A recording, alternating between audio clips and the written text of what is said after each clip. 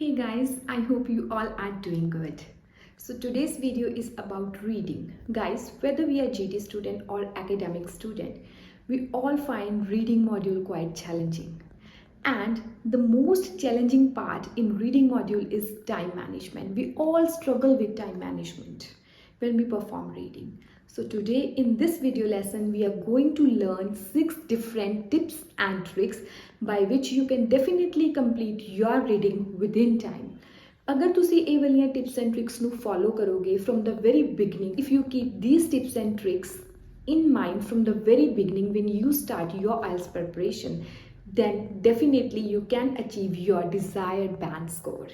On day-to-day basis, I come across plethora of students who only struggle with time management. They are capable enough of finding the answers provided that they are given sufficient time.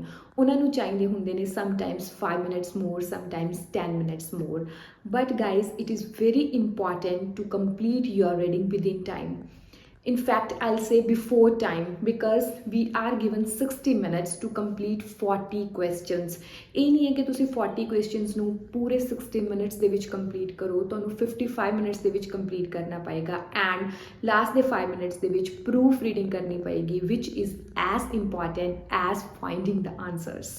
So guys, overall pattern is same for both academic and GT students. Like in 40 questions, reading test assess करता है साडा reading for gist, skimming and scanning, recognizing writer's opinion, attitude and purpose, reading for main ideas, reading for details and understanding of logical arguments. ਇਹ ਸਾਰੇ questions ਆਉਂਦੇ ਨੇ ਸਾਨੂੰ 40 questions ਦੀ form ਦੇ ਵਿੱਚ ਜਿਹੜੇ ਅਸੀਂ complete ਕਰਨੇ ਹੁੰਦੇ ਨੇ in 60 minutes.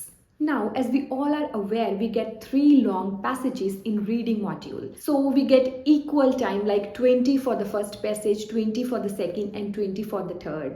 However guys, अगर तुसी इस approach दे नाल अपना reading perform करोगे, whether you are performing in final exam or at the time of preparation, you guys cannot complete your reading within time because this approach is totally wrong. ਇਹ ਨਹੀਂ ਹੈ ਕਿ ਤੁਸੀਂ first passage ਦੇ ਵਿੱਚ 20 minutes ਲਗਾ ਰਹੇ ਹੋ and last passage we 20 minutes ਦੇ ਵਿੱਚ complete ਹੋਏਗਾ, ਬਿਲਕੁਲ ਵੀ ਨਹੀਂ, ਇਹ approach ਬਿਲਕੁਲ ਗਲਤ ਹੈ. So guys, ਇਹੀ ਸਾਡਾ very first step ਹੈ ਜਿਹੜਾ ਤੁਸੀਂ starting ਤੋਂ ਹੀ rectify ਕਰ ਰਹੇ ਹੈ. You have to change your time management, like you have to complete first passage in 15 minutes by anyhow. ਜਦੋਂ ਤੁਸੀਂ preparation start ਕਰਦੇ ਹੋ ਇੰਨੀ habitual ਬਣ ਜਾਓ ਕਿ 15 minutes ਤੋਂ ਜ਼ਿਆਦਾ ਮੈਂ first passage ਨੂੰ ਲਗਾਉਣੇ ਹੀ ਨਹੀਂ, 20 for the second and last 25 for the third passage, because the level of difficulty moves as we move on to the third passage. First passage is the easiest one, second passage thoda difficult hoega, but last passage, third passage is the most difficult one, jehda 20 minutes de vich kade bhi complete nahi hoega, tonu 20 minutes to zyada time us te lagana hi payega. And last de vich 5 minutes ਤੁਹਾਡੇ ਕੋਲ ਹੋਣੇ ਚਾਹੀਦੇ ਨੇ, ਅਗਰ 5 ਨਹੀਂ ਹੈ 3 to 4 minutes ਤਾਂ ਹੋਣੇ ਚਾਹੀਦੇ ਨੇ for proof reading. So guys, ਸਭ ਤੋਂ ਪਹਿਲਾਂ you should be aware of all the question types या ਉਹਦੇ ਵਿੱਚ ਕਿਸ ਤਰ੍ਹਾਂ ਦੇ different set of questions ਆਉਂਦੇ ਨੇ, ਉਹ ਸਾਰੇ ਤੁਸੀਂ at the time of preparation go through ਕਰਨੇ ਨੇ on daily basis. ਇਹ ਨਹੀਂ ਹੈ ਕਿ ਕਿਸੇ ਇੱਕ type ਨੂੰ ਮੈਂ ਛੱਡਤਾ ਕਿ ਮੈਂ ਬਿਲਕੁਲ exam ਤੋਂ 2 ਦਿਨ ਪਹਿਲਾਂ ਜਾਂ 1 week before ਉਸਦੀ practice ਕਰੂੰਗਾ, ਇਸ ਤਰ੍ਹਾਂ ਨਹੀਂ ਹੋਏਗਾ. So guys, you should have knowledge of all the passages ਕਿ ਕਿਹੜੀ type ਦਾ passage ਸਾਨੂੰ ਆਉਂਦਾ ਹੈ, whether you are GT or academic student. Let's say MCQs ਆਉਂਦੇ ਨੇ, multiple choice questions ਆਉਂਦੇ ਨੇ, identify writer's view or opinion ਆਉਂਦਾ, matching information ਆਉਂਦਾ ਹੈ, matching sentence summary ਆਉਂਦਾ ਹੈ, matching ending information ਆਉਂਦਾ ਹੈ, matching features, matching sentence endings, sentence completion, summary completion, note, flowchart, diagram completion, true, false, not given, no, not given, yes, no, not given type of questions. So guys, these are the different set of questions ਜਿਹੜੇ ਤੁਹਾਨੂੰ final exams ਦੇ ਵਿੱਚ ਆਉਂਦੇ ਨੇ and ਤੁਸੀਂ ਇਹਨਾਂ ਨੂੰ starting ਤੋਂ ਹੀ go through ਕਰਨਾ ਹੈ, starting ਤੋਂ ਹੀ preparation ਕਰਨੀ ਹੈ of each question type. ਅਗਰ ਕਿਸੇ ਦੇ ਵਿੱਚ ਤੁਹਾਨੂੰ difficulty ਲੱਗ ਰਹੀ ਹੈ, ਉਹਦੀ ਦੁਬਾਰਾ practice ਕਰੋ, ਇੱਕ ਦਿਨ ਦੇ ਦੇ ਵਿੱਚ ਇੱਕ ਪੂਰਾ ਰੀਡਿੰਗ ਸੈੱਟ ਕਰ ਲਿਆ,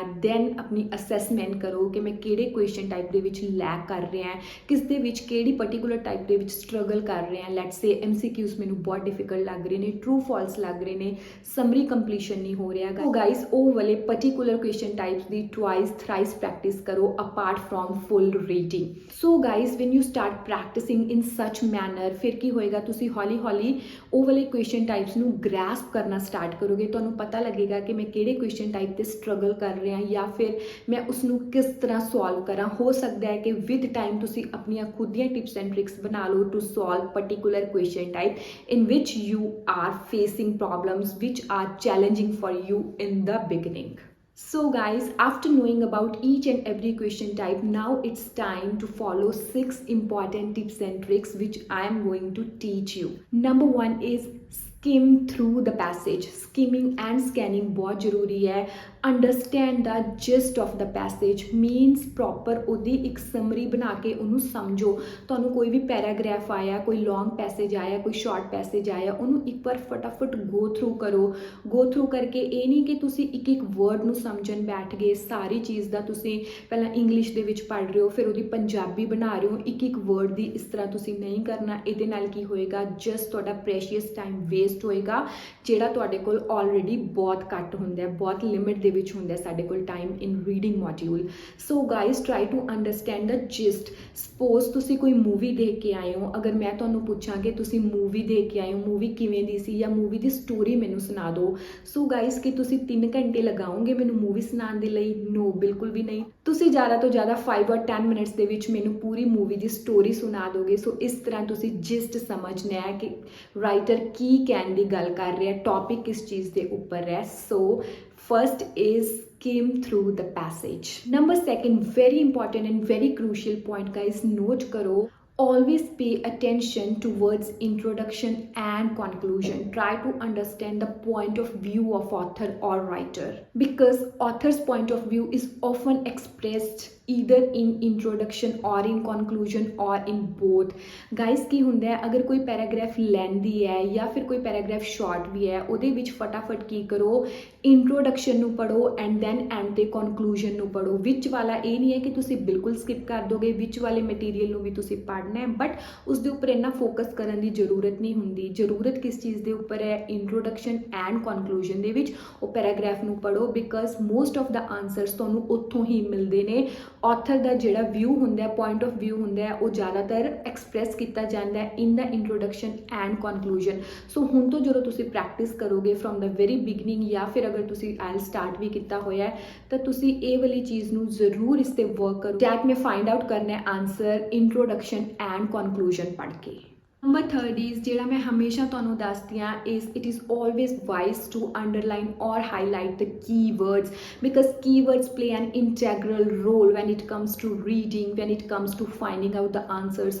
ਜਿਵੇਂ ਜਿਵੇਂ ਅਸੀਂ ਕੋਈ ਪੈਰਾਗ੍ਰਾਫ ਪੜ੍ਹਦੇ ਹਾਂ, ਸਪੋਜ਼ ਤੁਸੀਂ MCQs ਕਰ ਰਹੇ ਹੋ, ਪਹਿਲਾਂ ਤੁਸੀਂ ਕੁਐਸਚਨ ਪੜ੍ਹਿਆ ਕਿ ਕੁਐਸਚਨ ਕਿਸ ਚੀਜ਼ ਦੇ ਉੱਪਰ ਹੈ, ਉਹਦੇ ਵਿੱਚ ਜਿਹੜਾ ਕੀਵਰਡ ਹੈ ਉਹਨੂੰ ਅੰਡਰਲਾਈਨ ਕਰ ਲਓ। ਫਿਰ ਤੁਸੀਂ ਆਪਸ਼ਨਸ ਨੂੰ ਗੋ ਥਰੂ ਕਰੋ, ਉਹਨਾਂ ਦੇ ਵਿੱਚ ਵੀ ਇੱਕ ਹੀ ਕੀਵਰਡ ਜ਼ਰੂਰ ਹੁੰਦਾ, ਉਸਨੂੰ ਅੰਡਰਲਾਈਨ ਕਰ ਲਓ ਔਰ ਹਾਈਲਾਈਟ ਕਰ ਲਓ। ਦੈਨ ਉਹ ਵਾਲੇ ਅੰਡਰਲਾਈਨ ਕੀਤੇ ਹੋਏ ਕੀਵਰਡਸ ਦੀ ਹੈਲਪ ਦੇ ਨਾਲ ਤੁਸੀਂ ਫਾਈਂਡ ਆਊਟ ਕਰਨਾ ਸਟਾਰਟ ਕਰੋ in the passage. Then guys you can definitely find the answers very conveniently and easily. 4th important tip is try to read all the questions before answering. Means ਜਿਹੜਾ question ਪੁੱਛਿਆ ਜਾਂ ਫਿਰ options like MCQs ਦੇ ਵਿੱਚ question and options ਹੁੰਦੇ ਨੇ, ਜਾਂ ਫਿਰ ਫਿਲਿਪਸ ਹੁੰਦੇ ਨੇ, ਜਾਂ ਫਿਰ ਸਟੋਰੀ ਕੰਪਲੀਸ਼ਨ ਹੈ, ਉਹ ਸਾਰਿਆਂ ਨੂੰ ਪੜ੍ਹਨ ਦਾ ਟਰਾਈ ਕਰੋ ਬਿਫੋਰ ਆਨਸਰਿੰਗ। ਇਹ ਨਹੀਂ ਹੈ ਕਿ ਮੈਂ ਇੱਕ MCQ ਪਹਿਲਾਂ ਕੁਐਸਚਨ ਪੜ੍ਹ ਲਿਆ, ਮੈਂ ਆਪਸ਼ਨਸ ਨੂੰ ਗੋ ਥਰੂ ਹੀ ਨਹੀਂ ਕੀਤਾ, ਫਿਰ ਮੈਂ ਲੱਭਣ ਲੱਗ ਗਿਆ ਬਟ ਮੈਨੂੰ ਪਤਾ ਹੀ ਨਹੀਂ ਹੈ ਕਿ ਕੀ ਲੱਭਣਾ ਹੈ।